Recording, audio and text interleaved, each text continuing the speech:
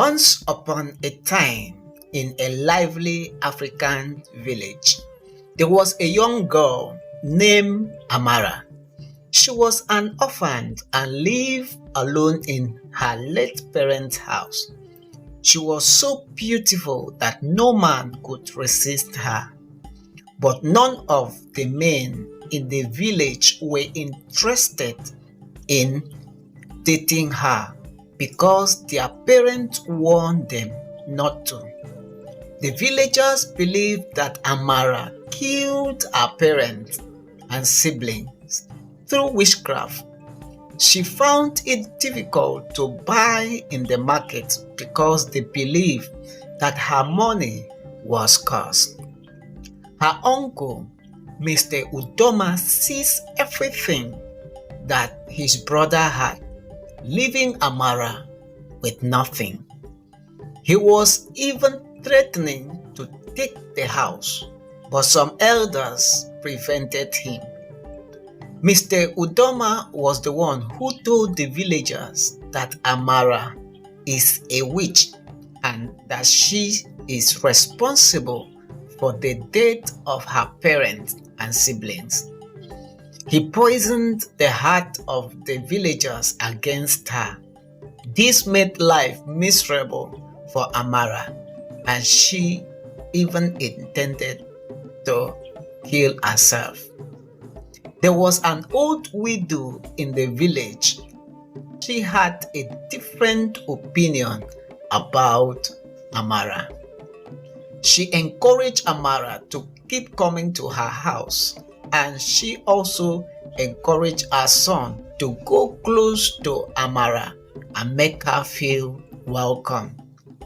The old widow loved Amara and she took her as her own daughter.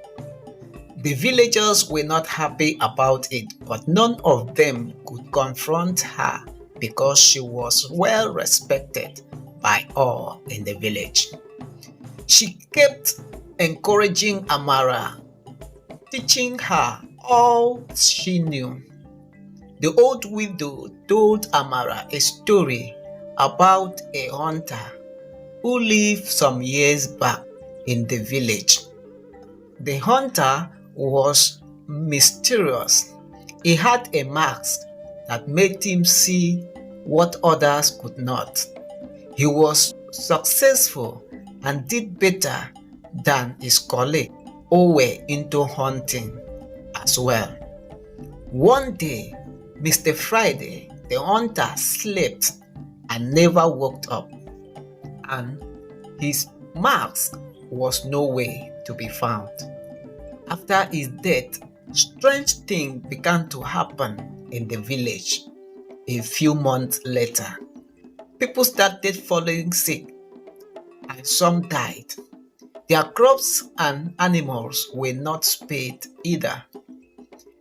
Every full moon, an evil woman's cry is heard in the middle of the night in the village. The villagers were practically living in fear, and whenever that happened, someone had to die in the village. One day, the villagers mobilized themselves and marched to the king's palace. They were so tired of losing their loved ones. Hunger intensified as their crops dried up. Their streams started drying, and some people left the village for another. They chanted, "We are tired. We need solutions now." Mr. Asasa, the king's right-hand man, tried to calm them down. He told them that the king is also affected by what is happening and that he is willing to do anything to save the village. He informed them that the king was mourning his daughter who had just died after the previous night cry by the evil spirit. The people were more afraid. If the king is affected, who is safe? They murmured. Some people decided to run to another village. The following morning, the king was better. He sent for the chief priest and asked him what the gods were saying about what was befalling the land. The chief priest replied, "Silence, silence, my king. The gods are silent. I have never seen the gods so silent." The king was furious. He shouted, "Consult the gods again.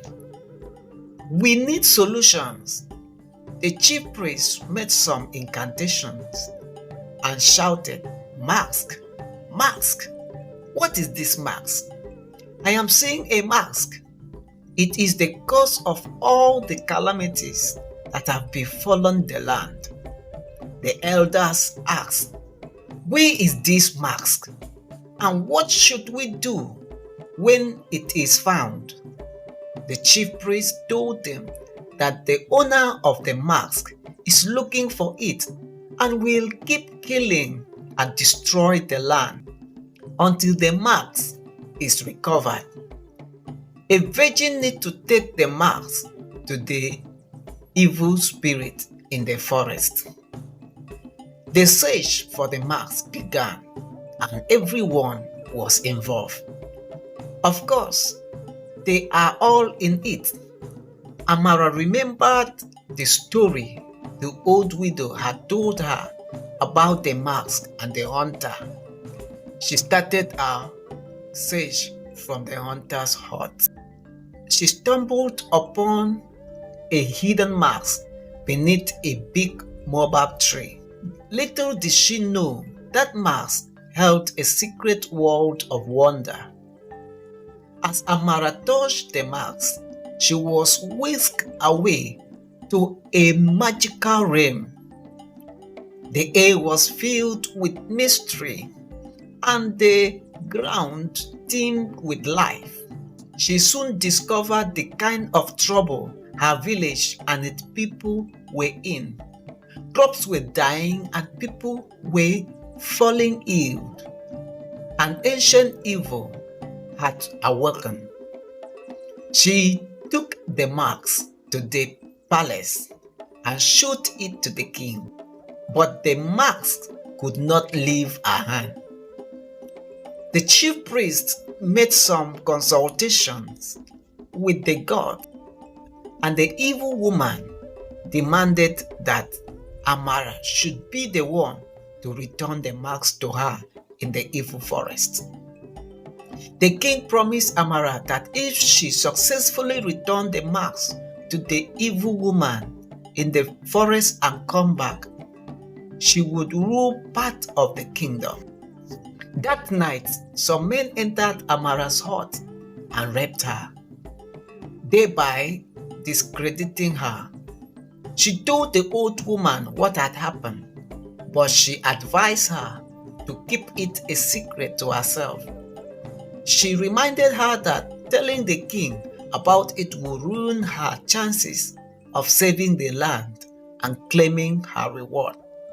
7 days later, she was set to embark on the journey to the evil forest. She appeared before the shrine. Some fortifications were made. The chief priest noticed that Amara was defiled, but he didn't say anything about it. Determined to save the village, Amara embarked on a risky adventure. She encountered talking birds, wise elders, and playful spirits along the way. With each encounter, she learned more about the mask's power and her own strength. Amara realized that the mask alone could not defeat the evil. She needed help. She was afraid of what might happen due to the fact that she was no longer a virgin. The gods strengthened her and made her forget all about it. She became bold and ready to face the evil spirit. When she got closer to where the spirit was, the marks became a mysterious force that transported her to where the evil spirit was. She saw an ugly-looking woman. She was afraid, but talked peacefully to her. The evil spirit said to her, "You are defiled. You cannot be the one to return my mask." She told the evil spirit that she was raped the very day she was chosen to embark on the journey. The evil spirit revealed to her that her uncle was the one who paid the men to carry out the act, that she will make him pay for his crimes. Amara responded, "Crimes? Are there more things to tell me?" The spirit replied, "You humans are blind and you don't befriend us so that we can show you secrets. Your parents were murdered by your uncle. Your father was blessed by the gods. He was rich and married the most beautiful woman in the village. Which was your mother?" Tears started rolling down Amara's eyes upon hearing it. The spirit continued, "He killed everyone in your family except you. He couldn't touch you because you are very powerful." The evil spirit changed into a beautiful lady and talked like a friend to Amara. It was surprising to Amara. She told Amara that she was the goddess of the forest. She said that she fell in love with the hunter and married him. She said that she gave him the marks so that they could always be together whenever they wanted. Since she couldn't live with humans and didn't want the hunter to lose his life by coming to live with her in the forest, she made him wealthy and he stayed up envy. She said that Udoma is the cause of all that had befallen the kingdom. He killed my husband and I killed his people. Amara asked the spirit, "Why do you have to kill innocent people and destroy our land?" The spirit replied, "We are not humans.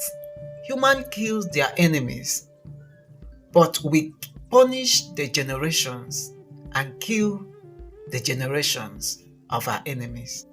Amara was speechless.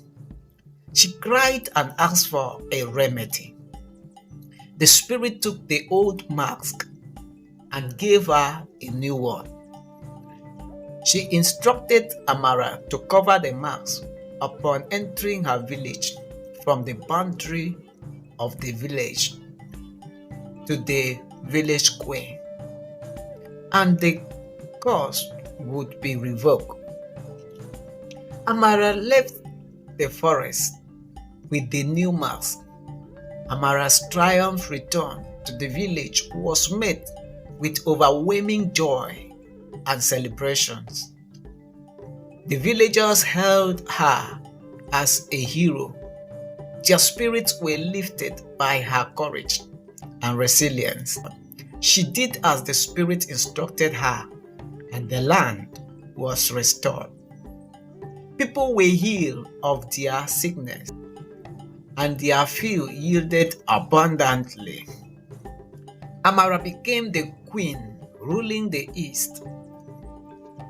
She brought the old widow to live with her in her palace, and she recovered all the land that her father owns and all the property that her uncle seized.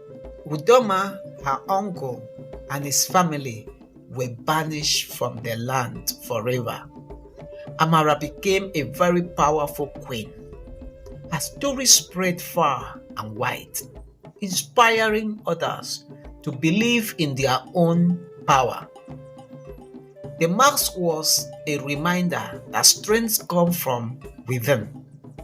Amara's village prospered, and the tales of behind the mask was told for generations, reminding people of the importance of courage, unity, and never giving up. All the rulers from far and wide came and submitted to her. Thank you for all your support. I really appreciate. Bye for now.